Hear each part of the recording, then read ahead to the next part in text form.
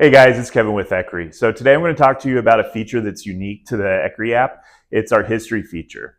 The history feature will let you restore your stock settings, but also you can restore back to a point in time. So if you just want to undo the last calibration you did, that's easy. Or if you want to go to stock and then go back to your calibrated settings without setting up each individual setting one by one, you can do that too. So that's really unique. It makes it easy to use, easy to know where you've been and where you want to be. So I'm going to connect to a vehicle and walk you through how to use our history feature. Okay, so we've connected to this Jeep and the gear ratio has been programmed wrong. It's been programmed for 456s, but it doesn't have 456s. So that's going to cause a lot of problems. It could cause a limp mode, check engine lights, all sorts of stuff.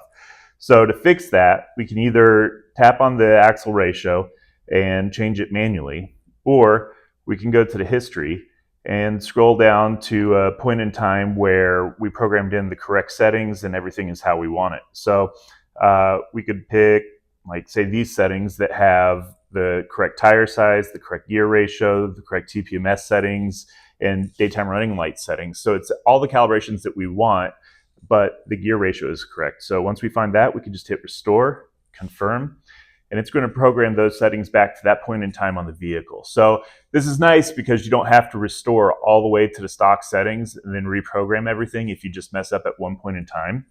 But it also is possible to restore to the stock settings. So now that it's finished programming, you can see our gear ratio is right.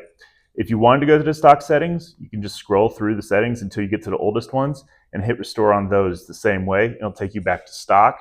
And then if you wanted to jump back forward to, say, like, you revert it to stock to diagnose some issues, you can do that. Once that's all done, you can recalibrate to a point in time where all the settings were correct.